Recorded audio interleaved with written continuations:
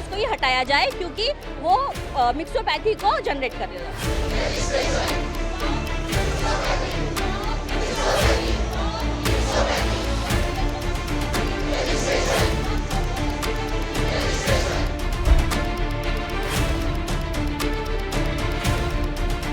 अगर हमारी मांगे पूरी नहीं होती है, हमको कुछ पॉजिटिव रिस्पांस नहीं आता है, तो हम कल से आफ्टर 24 आवर्स जो कि फेज़ 2 है इस स्ट्राइक का, उसमें emergency services, casualty services along with OPD services पूरी बंद होने वाली है।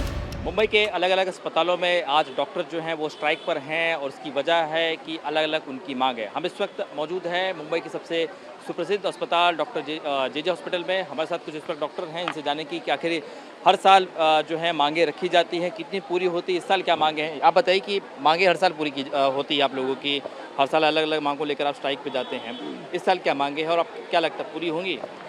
इस साल की हमारी मांग तो यही है कि जो सीसीएमपी का रजिस्ट्रेशन स्टार्ट किया है, वो सीसीएमपी का रजिस्ट्रेशन अभी स्टॉप किया जाए, क्योंकि एमबीबीएस है ऐसा एक सिलेबस है स्टडी का जिसमें पूरा 5.5 इयर्स लगता है स्टडी के लिए, बट सीसीएमपी कोर्स में उनका 1 साल में ही रजिस्ट्रेशन दिया जा रहा है, जो कि बहुत गलत बात है। इसलिए हमारा एक ही मांग है कि सीसीएमपी का रजिस्ट्रेशन स्टॉप किया जाए, और दूसरी मांग ये है कि सीसीएमपी कोर्स को ही हटाया जाए, क्योंकि वो मिक्सोपैथी को जनरेट कर रहा है। कितने बच्चे होते हैं इस साल जो ये कोर्स करके डायरेक्ट आप डॉक्टर बन जाते हैं? एग्जैक्टली उनका मतलब कितने लोग हैं हमें पता नहीं, लेकिन ये कोर्स आने के बाद इश्यू क्या हो सकता है कि 1 साल में अगर वो 5.5 साल हम एमबीबीएस करके आ रहे हैं, 19 सब्जेक्ट हम सीखते हैं, उसके बाद वो 1 साल में सिर्फ पता नहीं शॉर्टकट में क्या सीखने वाले हैं, और रूरल प्रैक्टिस जाने के बाद वो उधर कौन सी भी दवाई का प्रिस्क्रिप्शन दे सकते हैं।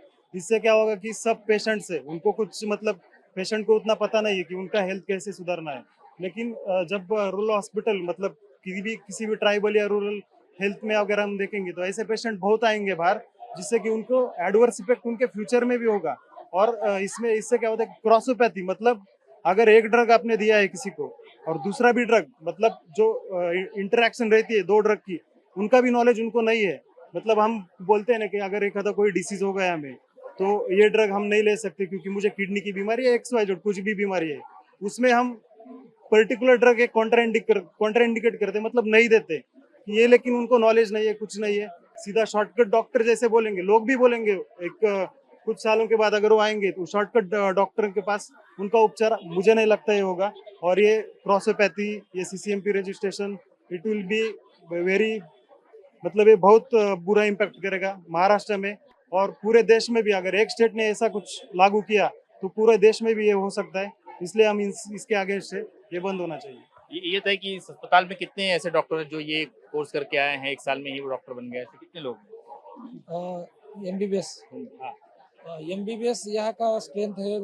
हर साल यहाँ पे 250 है, 250 बच्चे एमबीबीएस के लिए एडमिशन लेते हैं। और पीजी में 300 हर साल 300 लोग यहाँ पे एडमिशन लेते हैं। तो ऐसा है कि ये जो आज का स्ट्राइक है, या हमारी मांग है, ये मांग ऐसी है कि ये पूरा मॉडर्न मेडिसिन के ऊपर आ रहा है। तो इसमें से क्या हो रहा है कि पूरा ये क्रॉसिंग हो रहा है कि लोग क्या कर रहे हैं कि ये एक कोर्स है। अभी हमारा एमबीबीएस है तो हमारा एक एमएमसी महाराष्ट्र मेडिकल काउंसिल था, तो ये हमारे लिए बना था काउंसिल, तो हमारे इश्यूज वो सब ये करते हैं, रिजोल्व करते हैं। लेकिन अब क्या हुआ, एक ब्रिज कोर्स निकाला इन्होंने 1 साल का, जिसमें सिर्फ एक सब्जेक्ट है क्लिनिकल फार्मेकोलॉजी बोल के, वो भी उतना ये नहीं है जो हम सेकंड ईयर में पढ़ते हैं, तो उसका वो कोर्स देके।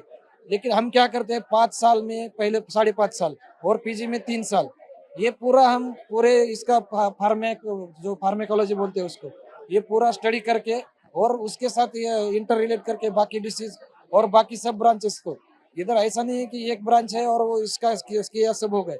एक ब्रांच दूसरे से ब्रांच से बहुत ये है मिलती है कि उनका इसका इफेक्ट उस पर होता है, इसके होता है। तो ये क्या हो गया, पूरा मॉडर्न मेडिसिन पे ये हो रहा है।